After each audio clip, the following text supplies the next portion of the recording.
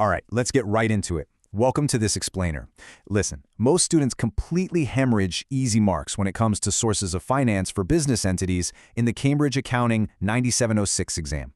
But after this session, you absolutely will not be one of them. We are framing this entire walkthrough as an elite tactical masterclass. We're going to hack the AS and A-level accounting exam using insights pulled directly from the examiner's own grading rubrics. I was just running a digital study suite with two of my top scholars. Let's call them Alex and Sam. Now, Alex is highly technical, brilliant at formulas, but completely freezes on open-ended evaluation. Sam, totally creative thinker, great at arguing a point, but struggles with structural precision and running out of time. We're going to use their breakthroughs today to shift your mindset from just surviving this exam to strategically dominating it. Okay, let's look at the rigorous, time-blocked, structural blueprint for today. We've got 1. The examiner's warning, 2. Mastering core analytical principles, 3. The method mark strategy, 4. Unlocking higher-order evaluation, and finally, 5. The final exam blueprint. Let's jump right in. Section 1. The examiner's warning, where students lose easy marks. So, here is the high-stakes reality. The truth is, a massive number of candidates drop points on the sources of finance section, and it's not because they don't understand the underlying math. No, it's due to easily preventable structural errors. This right here is where the danger lies. These are the top 3 mistakes pulled straight from the principal examiner reports.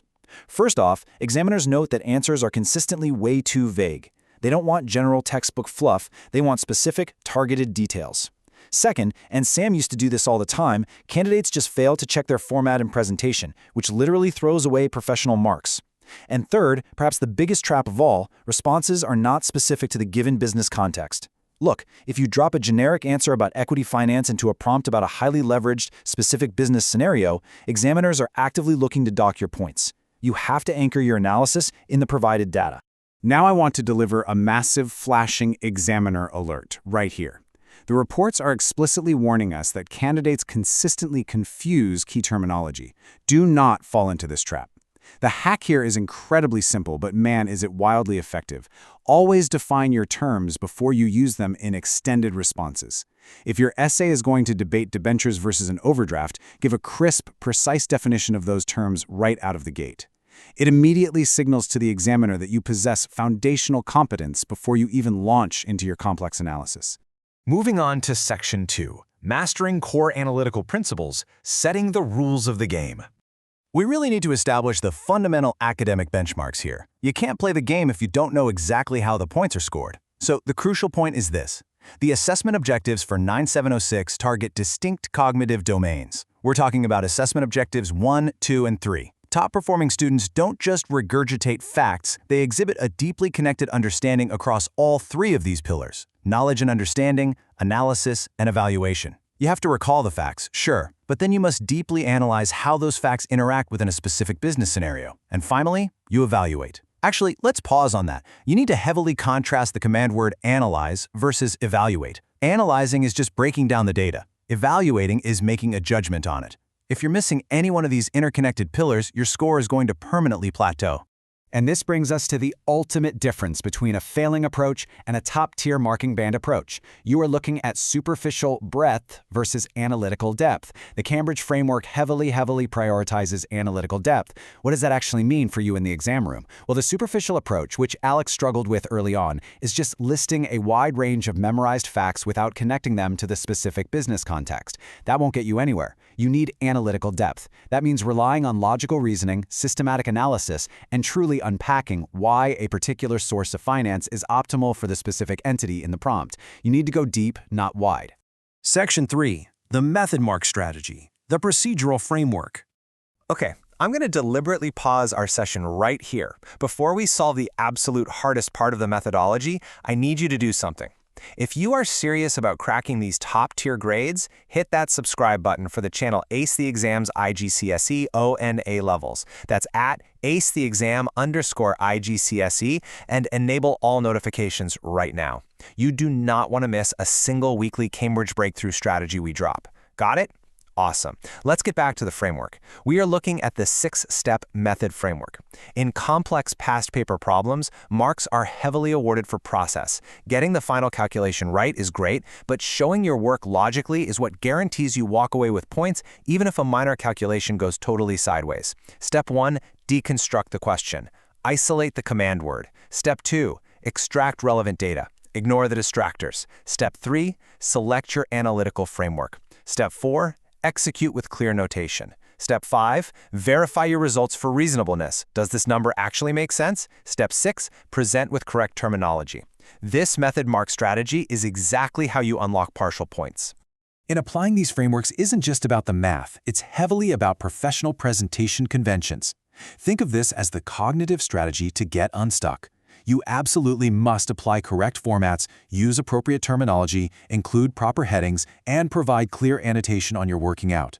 Examiners are literally instructed to look for strict adherence to these conventions. It makes your paper so much easier to grade, and it instantly signals to the marker that they are dealing with an elite candidate.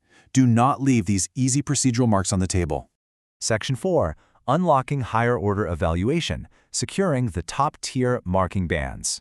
Take a deep breath, because we are now tackling the absolute hardest part of the exam. These are the high tariff questions, the brutal 9 to 15 mark prompts that demand higher order evaluative thinking. Treat this like an interactive visual workshop. Imagine a 60-second countdown timer on the screen right now. When you're asked to do a comparative analysis, like contrasting explain versus to what extent regarding debt and equity, you must identify both similarities and differences. Let's deconstruct this table. For similarities, the examiner requires you to use clear comparative connectives to physically link the options. For differences, you can't just casually state they are different. You must support each contrast with specific evidence extracted directly from the stimulus data. And for conclusions, you have to draw evidence-based insights on their relative importance and justify your recommendations. No justification means no top-tier marks. This beautifully illustrates the difference between a descriptive framework and an evaluative framework.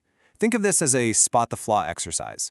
A poorly written, mediocre student answer relies entirely on a descriptive framework. It just tells the examiner what the sources of finance are. A bank loan is a form of debt. Okay, great, but so what? A flawless, full-mark response uses an evaluative framework. Top-scoring candidates demonstrate this by actively questioning assumptions, considering different stakeholder perspectives, and justifying every single decision with rock-solid evidence. Ask yourself continuously, am I just describing the situation, or am I actively evaluating it?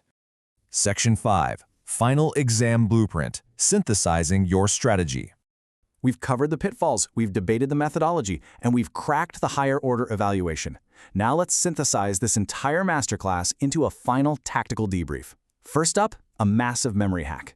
The source material shows that retaining all the specific factors affecting sources of finance, things like cost, risk, control, and flexibility, can totally overwhelm students under time pressure. The strategy here? Create a personal acronym for these factors.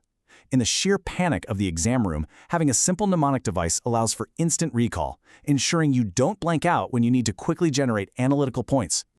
And now, I want you to burn this fast-paced ultimate recap checklist into your brain. This is your last 5-minute safety net. It synthesizes our core pillars, the 3-step question scan, the paragraph balance formula, and this review right here. Before you hand that paper in, ask yourself, did I define all key terms? Is my analysis actually specific to the given business context, or did I drift into vagueness? Did I properly deconstruct, solve, and evaluate? Have I checked my calculations for reasonableness? And lastly, are my final recommendations fully justified with extracted evidence? Catching even one no on this list can save a whole letter grade. Which leaves us with this final provocative thought.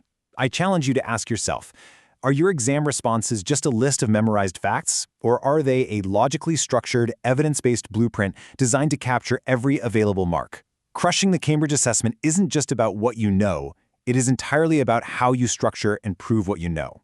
Keep applying these frameworks, and you will dominate this exam. Now listen carefully.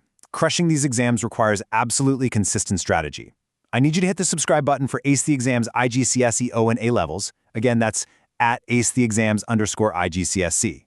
Turn on that notification bell so you never miss our future exam hacks. And right now, I want you to leave a comment down below with your exact target grade. Put it out there, commit to it, and let's go get it. Thanks for joining me on this explainer, and I will see you in the next masterclass.